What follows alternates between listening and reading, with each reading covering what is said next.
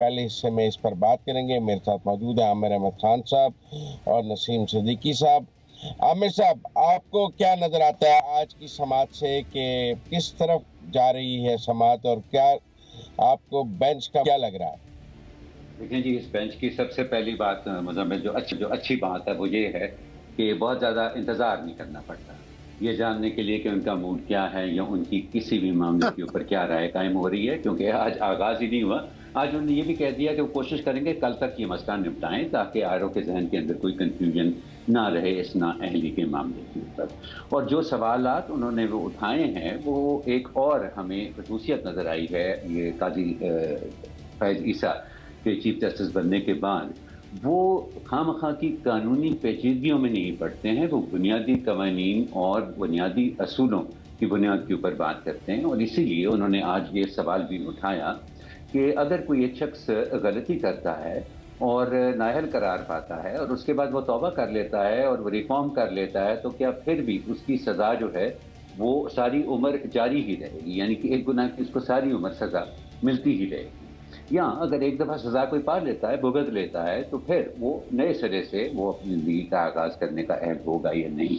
सो मेरा ख्याल है कि अगर ये नुक्ता ही अगर उन्होंने सामने रखा अपना, क्योंकि मुझे इसके अंदर कोई बहुत ज़्यादा कानूनी बारीकी नज़र नहीं आती है। जहाँ तक हम देख सक रहे हैं, आइन के अंदर तो कोई सज़ा तय है नहीं है, ये जिक्र है नहीं कि इस तरह की नाअहली जो है वो ताहयात होती है या चंद साल तक होती है सारा।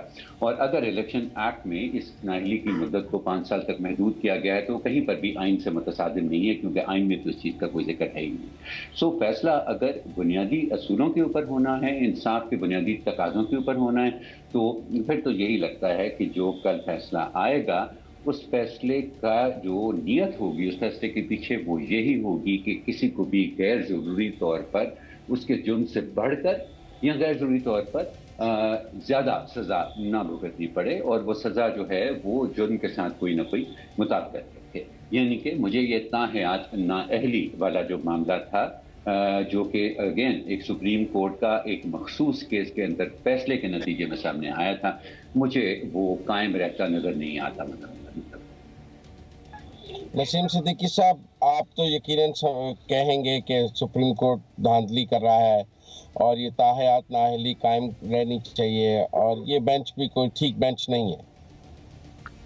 मुजम्मिल साहब, आपकी बड़ी आदत है कि आप अल्फाज मुंह में डालने की कोशिश करते हैं कि आप समझते हैं कि मैं क्या तज्जिया करूंगा। तज्जिया अगर मुझसे करवाना है तो मुझे करने देना, आप अपना तज्जिया दें या जो भी आपके ख्यालात हैं आप उनका इजहार ज़रूर करें। मैं तो ये कहूँगा कि बिल्कुल ये बेंच बनना चाहिए था, बहुत पहले बनना चाहिए था, क्योंकि जो ताहयात नाअहली है ये किसी भी तरह से मुनासिब नहीं है किसी भी चीज़ के लिए। दुनिया में अगर किसी को उम्र कैद भी दी जाती है, कहने को तो उम्र कैद होती है, लगता है कि जैसे वो उम्र भर के लिए, लेकिन उसकी भी एक जुरिडिक्शन होती है, 14 साल में वो ख़त्म हो जाती है, और अगर आपका गुड कैरेक्टर बीच में रहा है तो उसको भी कम कर देते हैं। तो मैं तो सुप्रीम कोर्ट के बेंच पे, सुप्रीम कोर्ट के चीफ जस्टिस पे बिल्कुल एतबार करता हूँ कि वो आइन और कानून के मुताबिक फ़ैसला करेंगे, और इस मुल्क में आइन और कानून के मुताबिक फ़ैसले होने चाहिए। पहले जिस तरह, अभी एक फ़र्क ज़रूर आया है कि अब जो फैसले चीफ जस्टिस करते हैं तो उन पे फौरी तौर पे अमल दरामद हो जाता है, जबकि जिस तरह ये 8 मई को बार बार इलेक्शन के लिए जोर डाल रहे हैं कि भाई होने चाहिए, और बहुत अच्छी बात है, होने चाहिए, सुप्रीम कोर्ट के ऑर्डर के ऊपर अमल होना चाहिए। लेकिन यही एक सुप्रीम कोर्ट के चीफ जस्टिस थे जिन्होंने 14 मई को भी आइन और कानून के मुताबिक इलेक्शन करवाने का कहा था, लेकिन उस वक्त की इंतजामिया ने उस वक्त उसके ऊपर कान नहीं धरे थे। तो बिल्कुल, लेकिन इसमें एक बात और है जो चीफ जस्टिस काजी फैज़ ईसा ने की कि किसी ने जुर्म किया है, किसी ने कोई गलत बात की है तो उसको, और उसने तौबा कर ली है, यानी कि उनका इशारा था कि जहांगीर तरीन और नवाज शरीफ मुजरिम ठहरे हैं। इन्होंने बिल्कुल, इनके ऊपर जो पाबंदी लगी थी बिल्कुल कानून के मुताबिक थी, और क्योंकि 5 साल पूरे हो चुके हैं, उनकी सज़ा हो चुकी है, यानी कि वो सज़ा याफ्ता हुए इस बात में भी, क्योंकि नाअहली भी तो एक सज़ा ही है ना, और उन्होंने अपनी 5 साल सज़ा काट ली है। तो अब उनको मज़ीद जो है वो सज़ा नहीं इस बात की काटनी चाहिए। और जो बेंच में बड़े जय्यद किस्म के जस्टिस बैठे हुए हैं, बड़े अच्छे सवाल थे मंसूर अली शाह की तरफ से, दूसरे जज साहिबान की तरफ से, तो मेरे ख्याल से मुजम्मिल साहब आपको दुख हुआ होगा, क्योंकि आप जो समझ रहे थे कि मैं ये बयान दूंगा या ये मेरा तजिया होगा। मेरा तजिया तो उसके बिल्कुल बरक्स निकला। जी मुजम्मिल साहब। नाइस सरप्राइज दिया आपने आज, ऐसी कोई बात नहीं है। काफी it was a pleasant surprise from Naseem Siddiqui. लेकिन मैं समझता हूँ कि फैसल वाडा वाले केस में सुप्रीम कोर्ट ताहयात नाअहली पर पहले ही रजू और तौबा कर चुका है। अगर मैं नसीम सिद्दीकी वाली बात पर तौबा और रजू करने की मंतक की तरफ जाऊं तो मुझे ये नज़र आता है कि सुप्रीम कोर्ट ने अपनी गलती का अजाला और अपनी तौबा फैसल वाडा वाले केस में कर ली, जब उन्होंने यही कहा कि कागजात की में अगर गलती हो, कोई आपने चीज़ जाहिर ना की हो, तो उसकी इतनी सख्त सज़ा नहीं हो सकती कि आपको ताहयात नाअहल कर दिया जाए।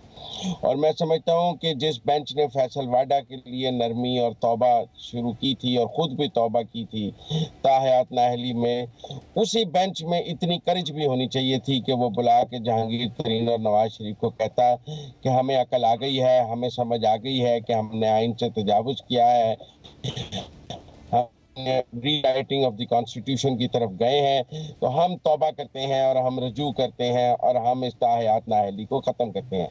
लेकिन उस बेंच में शायद फैसल वाडा को तो तौबा और रजू के लिए उसमें उसके पास जुर्रत थी, लेकिन जहांगीर तरीन और नवाज शरीफ से तौबा के लिए उसमें उसके अंदर जुर्रत नहीं थी कि वो उन्हें भी बुलाकर कहता कि आपके साथ हमने बड़ी ज्यादती की है। अब जब हम फैसल वाडा वाले केस में अपनी ज्यादतियां ठीक कर रहे हैं तो आपके साथ भी ठीक होनी चाहिए। उस बेंच की ये राय थी कि इन दोनों के साथ तो कायम रहनी चाहिए लेकिन फैसल वाडा के साथ नहीं होनी चाहिए। क्यों? तो इसलिए मैं, हालांकि उस वक्त फैसल वाडा का ताल्लुक तहरीक इंसाफ से था और हमने देखा कैसे उनको एक दिन में कौमी असम्बली से निकाल कर सेनेट में लाया गया, बचाने की कितनी कोशिश की गई।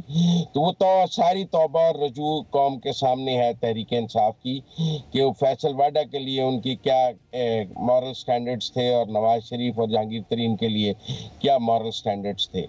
तो इसलिए जब सुप्रीम कोर्ट ने तौबा और रजू कर ली है तो फिर मेरा मतलब है नवाज शरीफ और जहांगीर तरीन से तौबा और रजू का सवाल कहाँ से पैदा हो गया। तो मुजम्मिल साहब, आपने मॉरल स्टैंडर्ड की बात की, अगर इजाजत हो तो मुझे एक जुमला कहना चाहूंगा। बड़ी जी, खुल के जी, मैं कौन होता हूँ आपको रोकने वाला। जी जी मुजम्मिल साहब, ये मॉरल स्टैंडर्ड्स की आपने बात की, मुझे बड़ी अच्छी लगी। लेकिन मॉरल स्टैंडर्ड्स उस वक्त कहाँ गए जब आप मतीउल्लाह जान का जिक्र करते हैं, असदपुर का जिक्र करते हैं, आपको अरशद शरीफ की शहादत नजर नहीं आती। आप कहते हैं इमरान रियाज खान कौन है, मतलब आप मुल्क के सबसे बड़े इदारे के सरबराह है, सारी दुनिया को पता है कौन है और क्या हुआ उसके साथ। तो उस वक्त मॉरल स्टैंडर्ड्स किधर चले जाते हैं? मेरे ख्याल से ये डबल स्टैंडर्ड्स हर जगह होते हैं। जिस तरह बेंच की कॉन्स्टिट्यूशंस होती हैं, जिस तरह जिक्र किया जाता था कि 3 लोग जो है बेंच बनाएंगे, लेकिन लग तो यही रहा कि चीफ जस्टिस साहब खुद ही बेंच बना रहे हैं, जाजुल एहसन साहब किसी केसेस में नजर नहीं आ रहे। तो मेरे ख्याल से मॉरल स्टैंडर्ड्स का अगर जिक्र करना है तो पूरा भरपूर तरीके से अगर कर ले तो मेरे ख्याल से बात बेहतर हो जाएगी, क्योंकि हमारा काम तज्जिया करना है, हमने तस्वीर के दोनों रुख दिखाने होते हैं। आप तो एक ही रुख दिखाए जाते हैं। जी मुजम्मिल साहब।